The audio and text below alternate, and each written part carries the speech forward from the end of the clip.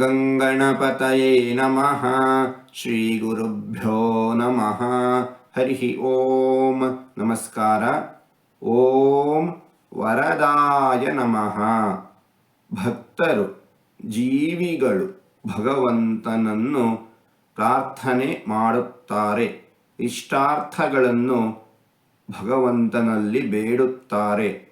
ಭಗವಂತ ಜೀವಿಗಳ ಕರ್ಮಕ್ಕೆ ತಕ್ಕಂತೆ, ಅರ್ಹತೆಗೆ ತಕ್ಕಂತೆ, ಯೋಗ್ಯತೆಗೆ ತಕ್ಕಂತೆ ಜೀವಿಗಳಿಗೆ, ಭಕ್ತರಿಗೆ ಇಷ್ಟಗಳನ್ನು ವರಗಳ ರೂಪದಲ್ಲಿ ಕರುಣಿಸುತ್ತಾನೆ. ವರ ಕೊಡುತ್ತೇನೆ ಎಂದು ತೋರಿಸುವ ವರದ ಹಸ್ತವನ್ನು ಭಗವಂತ ಹೊಂದಿದ್ದಾನೆ. ಇಂತಹ ಭಗವಂತನನ್ನು ವರದಾಯ ನಮಃ ಎಂಬುದಾಗಿ ವಿದ್ವಾಂಸರು ವರ್ಣಿಸುತ್ತಾ ಇದ್ದಾರೆ.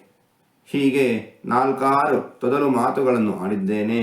ಇದರಲ್ಲಿ ಏನಾದರೂ ತಪ್ಪುಗಳು ಇದ್ದರೆ ಆ ತಪ್ಪುಗಳನ್ನು ಬಿಟ್ಟು ಒಳ್ಳೆಯದು ಅಂತ ಏನಾದರೂ ಇದ್ದರೆ ಆ ಒಳ್ಳೆಯದನ್ನು ಮಾತ್ರ ಸ್ವೀಕರಿಸಬೇಕು ಅಂತ ಹೇಳಿ ಪ್ರಾರ್ಥನೆ.